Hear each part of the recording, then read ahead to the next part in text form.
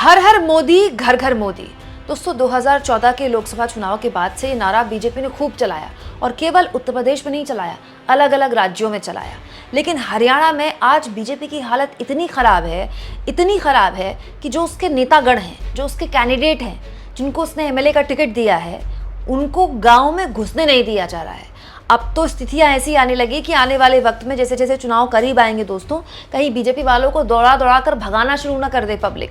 एक वीडियो इस बात का प्रमाण है कि बीजेपी के कैंडिडेट जब गांव में वोट मांगने आए तो उन्हें जबरदस्त तरीके से न केवल लोगों के सवालों का सामना करना पड़ा, बल्कि उनकी सांसें फूल गई उनको जवाब देते हुए। दोस्तों इस वीडियो की सच्चाई तो मैं आपको बताऊंगी, साथ में आपको ये भी बताऊंगी कि हरियाणा में अंदर खाने बीजेपी एक ऐसा खेल खेल रही है जिसको अगर आप नॉर्मली देखें तो आपको लगेगा कि हर चुनाव में होता है, लेकिन अगर आप करीब से देखें तो आपके समझ में आएगा कि जो मैनेजमेंट का खेल है बीजेपी का, उसने अब तक छोड़ा नहीं है। बीजेपी केवल अपने कैंडिडेट के भरोसे नहीं है हरियाणा में, बीजेपी ने अपना प्लान बी भी तैयार कर लिया है। वो प्लान बी क्या है जिससे कांग्रेस को सतर्क होने की जरूरत है, सब कुछ मैं आपको तफसील से बताऊंगी। लेकिन पहले मैं चाहती हूँ कि आप ये वीडियो देखें। दोस्तों ये वीडियो हरियाणा के हल्का गोला की है।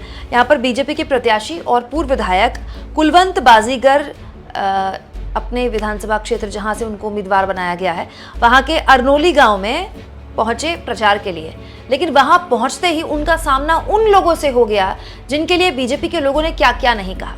किसान, दोस्तों किसानों ने घेर लिया बीजेपी के प्रत्याशी को, बीजेपी के कैंडिडेट को। दोस्तों ये जो तीखी नोकझोंक थी किसानों की और बीजेपी के कैंडिडेट की, ये वीडियो उसके बाद सोशल मीडिया में वायरल हो गई। दोस्तों रमनदीप सिंह मान नाम के यूजर ने बाकायदा ये वीडियो शेयर किया जिसमें लिखा है कि बीजेपी प्रत्याशी से जब पूछा गया कि शुभकरण सिंह को एमएसपी गारंटी कानून मांगने पर गोली क्यों मारी, तो बीजेपी के प्रत्याशी के पास कोई जवाब नहीं था इस मामले में। ग्रामीण हलकों में इस बार बीजेपी खत्म है और ये तो खैर लोकसभा चुनाव में भी देखने को मिला था। दोस्तों लोकसभा चुनाव में तो जेजेपी को ही नहीं घुसने दे रहे थे गाँव में। जेजेपी जिसने समर्थन किया सरकार का, जिसने समर्थन में सरकार चलाई, जब उसको नहीं घुसने दे रहे हैं तो फिर बीजेपी का तो क्या ही हश्र होगा। इसीलिए बीजेपी को पूरी उम्मीद दोस्तों ग्रामीण आंचल नहीं, शहरी इलाकों से है, क्योंकि बीजेपी ये जानती है कि उसके उम्मीदवारों के लिए गाँव में अब कोई जगह नहीं है। और मैं आपको बता दूं दोस्तों, हरियाणा बेसिकली वैसे तो हमारा देश की पूरी आत्मा ही गांव में बसती है, क्योंकि बड़ी तादाद गांव में ही रहती है देश की अभी भी। लेकिन हरियाणा तो एक बिल्कुल अलग तरह का समाज है। आप गुड़गांव से 10 किलोमीटर आगे जाएंगे, 15-20 किलोमीटर आगे जाएंगे तो गांव शुरू हो जाएंगे। इनफैक्ट आपको गुरुग्राम है, साइबर सिटी कहते हैं जिसे देश की, वहाँ भी अगर आप जाएँ तो गुड़गांव में भी आपको गाँव मिल जाएंगे, जहाँ पर ठेठ हरियाणवी लोग वैसे ही अपनी चौतर लगाते हैं, हुक्का पीते हैं। और ये तो आपको जैसे जैसे आप हरियाणा से 10 किलोमीटर 12 किलोमीटर आगे जाएंगे, आपको हरियाणा में ग्रामीण आंचल देखने को मिलेगा और बहुत बड़ी तादाद में लोग गाँव में रहते हैं और बहुत समृद्ध परिवारों में ज़मीनें हैं लोगों की, आर्थिक तौर पर बहुत समृद्ध हैं। लेकिन इन गाँवों के लोगों के बीच बीजेपी के खिलाफ ज़बरदस्त गुस्सा है दोस्तों, और ये गुस्सा इस वीडियो में दिखाई भी दे रहा है कि बीजेपी के प्रत्याशी के पास जवाब नहीं होता देने के लिए जब वो किसानों से दो चार होते हैं। और दो चार भी कैसे होंगे, जवाब भी क्या ही देंगे। अभी बीजेपी की सांसद कंगना रनौत ने कहा था कि किसान आंदोलन में तो रेप हो रहे थे, किसान आंदोलन में तो लोगों को मारकर टांगा जा रहा था। बीजेपी भले ही उससे अपने आप को अलग कर ले, कहकर कि कंगना रनौत को हमने अधिकृत नहीं किया है, लेकिन आपको तो पता है ना, जुबान से निकली हुई बात निकल गई तो निकल गई। अब किसानों को वो बात चुभ गई है। दोस्तों इस बीच हरियाणा की राजनीति में एक और वीडियो खूब वायरल हो रहा है। आपको याद होगा इस खबर के जरिए मैंने आपको बताया था कि कैसे हरियाणा की बीजेपी सरकार के पूर्व मंत्री कर्णदेव कंबोज को मनाने के लिए खुद मुख्यमंत्री नायाब सिंह सैनी आए, क्योंकि उनका टिकट कट गया था। लेकिन उन्होंने मुख्यमंत्री से हाथ मिलाने से इनकार कर दिया और उनके आगे हाथ जोड़ दिए। ये तस्वीर सोशल मीडिया में बीजेपी की काफी फजीहत करा गई थी। लेकिन अब देखिए, नायाब सिंह सैनी का हाथ झटकने वाले कर्णदेव कंबोज न केवल कांग्रेस पार्टी में शामिल हो गए, बल्कि भूपेंद्र सिंह हुड्डा के साथ हाथ भी मिला लिया। लेकिन इन सब के बीच दोस्तों एक इंपॉर्टेंट जानकारी आपके सामने मैं रखना चाहती हूँ कि बीजेपी क्या वाकई में हार मान चुकी है, या फिर बीजेपी का मैनेजमेंट कुछ और कहानी भी बयां कर रहा है। दोस्तों बीजेपी किसी चुनाव को तब तक नहीं हारती है जब तक उसके नतीजे नहीं आ जाते हैं। दोस्तों ये बात सही है कि हरियाणा मतलब इकलौता राज्य बन गया पिछले 10 सालों में जहां चुनाव की तारीखों के ऐलान को लगभग महीना होने को है और अभी तक मोदी जी नहीं आए हैं प्रचार के लिए, क्योंकि मोदी जी ने ऐसा लगता है हरियाणा से अपने आप को अलग कर लिया है। मोदी जी आएंगे भी तो आखिर में आएंगे और बहुत कम रैलियां होंगी उनकी। लेकिन इसका मतलब ये नहीं है कि हरियाणा में बीजेपी ने अपनी हार मान ली है। बीजेपी एक अलग तरह का खेल खेल रही है।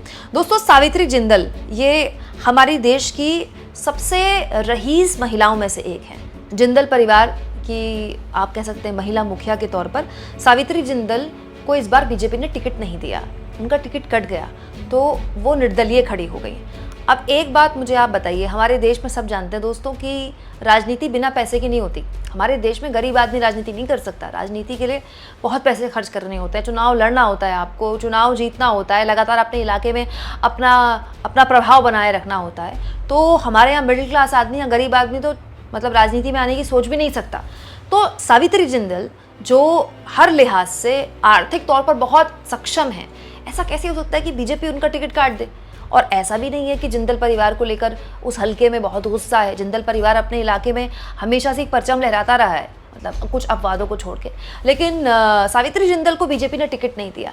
लेकिन अब जानकारी मिल रही है कि सावित्री जिंदल ही नहीं दोस्तों, ऐसे कई निर्दलीय विधायक मैदान में उतारे गए हैं जो मजबूती से कांग्रेस पार्टी को टक्कर दे सकते हैं और कांग्रेस पार्टी का उस इलाके में वोट कटवे के तौर पर कांग्रेस पार्टी के शामिल होंगे। क्योंकि होगा क्या, जब विपक्ष का वोट बटेगा तो विपक्ष के वोट तो कम हो जाएंगे। जैसे किसी सीट में दोस्तों कांग्रेस पार्टी का एक स्ट्रॉन्ग कैंडिडेट है, बीजेपी का एक स्ट्रॉन्ग कैंडिडेट है, लेकिन वहां पर एक निर्दलीय भी उतार दिया जाए जो अपने आप में इलाके में उसका प्रभाव है, तो निर्दलीय को किसका वोट मिलेगा? एंटी बीजेपी वोट मिलेगा ना, मतलब कांग्रेस का वोट मिलेगा। इससे नुकसान किसको होगा दोस्तों? कांग्रेस को होगा। क्यों? क्योंकि उसका वोट बढ़ जाएगा। और इससे फायदा किसको होगा? बीजेपी को, क्योंकि बीजेपी का जो वोट है उसके समर्थन का, वो तो उसे एक मुश्त मिल रहा है। और ये केवल सावित्री जिंदल के नहीं कहा जा रहा है दोस्तों। रविंद्र सिंह शोरान, आप इनको पिछले कई दिनों से कई यूट्यूब चैनल्स में सुन रहे होंगे, अपना भी यूट्यूब प्लेटफॉर्म है इनका, और हरियाणा की राजनीति को बड़े करीने से, बड़े करीब से समझते हैं, हरियाणा से ही ताल्लुक रखते हैं।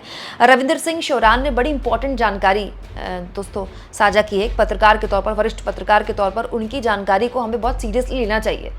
वो बता रहे हैं, बीजेपी ने अपने उम्मीदवार के खिलाफ बढ़ रहे रोष को देखते हुए कई मजबूत निर्दलीय उम्मीदवारों को चुनाव में उतारा है ताकि कांग्रेस के वोट में भी सेंध लगे। इनमें से देवेंद्र कादियान जो कि गन्नौर से, सावित्री जिंदल जो कि हिसार से हैं, कुमुदनी दौलताबाद जो कि बादशाहपुर से हैं, नयनपाल जो कि पृथला से हैं, इन लोगों के नाम प्रमुख हैं। ये वो लोग हैं तो जो जिनकी अपने इलाके में बहुत साख है, मतलब हिसार में जिंदल परिवार की बहुत साख है, आज से नहीं है, तब दशकों से है। अब सावित्री जिंदल को टिकट ना देना समझ में तो नहीं आता। सावित्री जिंदल अगर चाहें कि वो बीजेपी के टिकट से लड़ना चाहती हैं चुनाव, तो कौन रोक सकता है उनको? लेकिन उनका टिकट कटा और अब वो निर्दलीय चुनाव लड़ रही हैं। तो इसको किस तरह से लिया जाए दोस्तों? मतलब सावित्री जिंदल अगर निर्दलीय चुनाव लड़ेंगी तो किसको नुकसान होगा? एंटी बीजेपी वोट बटेगा तो किसको फायदा होगा? और जैसा कि मैंने कहा कि ये खेल केवल हिसार में नहीं, जहां जहां खेला जा रहा है, वरिष्ठ पत्रकार रविंद्र सिंह शोरान ने लिखा है। लेकिन यहां मैं आपको एक और बात बताऊं दोस्तों कि मध्य प्रदेश चुनाव जब मैं कवर करने गई थी, फील्ड पे थी मैं मध्य प्रदेश चुनाव में, 20 दिन मैंने एमपी इलेक्शन कवर किया और कहीं से भी बीजेपी की सरकार बन रही है ऐसे संकेत नहीं मिले। मतलब जबरदस्त गुस्सा था बीजेपी की सरकार को लेकर, और भाजपाई जब खड़े होकर ऑन रिकॉर्ड बोले कि हम बीजेपी के कार्यकर्ता हैं, हम मोदी जी को वोट देंगे 2024 में, लेकिन राज्य में बीजेपी की सरकार अब जानी चाहिए, तो आप सोचिए कितना जबरदस्त गुस्सा था। उसके बावजूद भी एमपी में बीजेपी ने सरकार बनाई। हालांकि उसका बहुत बड़ा रीजन कांग्रेस पार्टी का मिसमैनेजमेंट था। कांग्रेस पार्टी के कमलनाथ थे, कमलनाथ पर कांग्रेस पार्टी ने इतना विश्वास कर लिया, उनको इतना फ्री हैंड दे दिया कि वो ऐसा लगा जैसे बाद में बीजेपी की बी टीम की तरह काम कर रहे हैं। हालत ये हो गई कि कमलनाथ ललायत हो गए एक वक्त में बीजेपी में शामिल होने के लिए। वो तो चाहते थे कि उनके बेटे को टिकट मिल जाए, तो टिकट बीजेपी ने दिया नहीं उनके बेटे को, उनको शामिल भी नहीं किया, नहीं तो कमलनाथ शायद बीजेपी का हिस्सा होते। अब हालांकि हरियाणा में ऐसा नहीं है। हरियाणा में दोस्तों कांग्रेस के पास हुड्डा परिवार है, दीपेंद्र हुड्डा की बढ़ती लोकप्रियता, और भूपेंद्र सिंह हुड्डा ने जो 10 साल सरकार चलाई है हरियाणा में, लोगों को याद है अभी भी वो 10 साल। तो जाहिर सी बात है बहुत स्कोप है हरियाणा में कांग्रेस के लिए। लेकिन मैं अब भी मानती हूँ कि बीजेपी तब तक चुनाव नहीं हारती है जब तक चुनाव हार नहीं जाती है, जब तक नतीजे नहीं आ जाते। इसीलिए ये कह देना कि कोई एंटी बीजेपी लहर चल रही है और वो बड़ी आसानी से कांग्रेस को चुनाव जितवा देगी, ये गलतफहमी कांग्रेस ना ही पाले तो अच्छा है। क्योंकि आखिरी दिन तक, चुनाव के आखिरी दिन तक कोई भी बड़ा खेल हो सकता है। वो खेल पर्दे के आगे भी हो सकता है, पर्दे के पीछे भी हो सकता है। क्या लगता है आपको दोस्तों? कमेंट बॉक्स में जरूर लिखें, और जितना हो सके चैनल को शेयर करें, सब्सक्राइब करें, और थैंक्स और ज्वाइन के ऑप्शन से अगर आप चाहें तो कुछ आर्थिक मदद भी चैनल की जरूर करें।